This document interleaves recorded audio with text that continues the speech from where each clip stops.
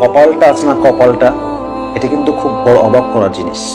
এখানে যা লেখা আছে এটা হারায় যাবে না, আর এখানে যা লেখা নাই আল্লাহ জানেন যে এটা উত্তম নয়, বান্দা হাজার চেষ্টা করলেও বান্দা হয়তো বা পাবে না। আল্লামা ইকবাল রহমতুল্লাহি আলাইহি খুব সুন্দর করে লিখেছে। এই জায়গাটায় ধ্যান দাও সবাই বন্ধুরা, কি লিখেছেন উনি বলবেন উর্দুতে। দুর্দান্ত একটা স্টেটমেন্ট, যেটা আমি শুনে আমার মনে হলো এটা রিয়াকশন করাটা উচিত।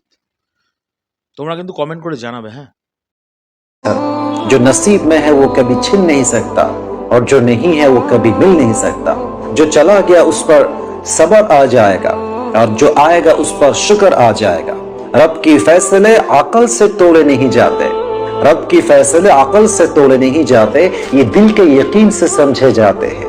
आज जिसे देखकर लगता है कि ये ना मिला तो मैं मर जाऊंगा, आज जिसे देखकर लगता है कि ये ना मिला तो मैं मर जाऊंगा, कल तुम्हें ये लगेगा कि यार ये मिल जाता तो मैं तो जी ही नहीं पाता।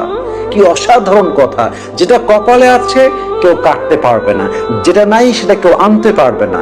আল্লাহর সিদ্ধান্ত বুঝতে হলে ব্রেন দিয়ে বোঝা যায় না, আল্লাহর সিদ্ধান্ত বুঝতে হলে ঈমান থাকতে হয়।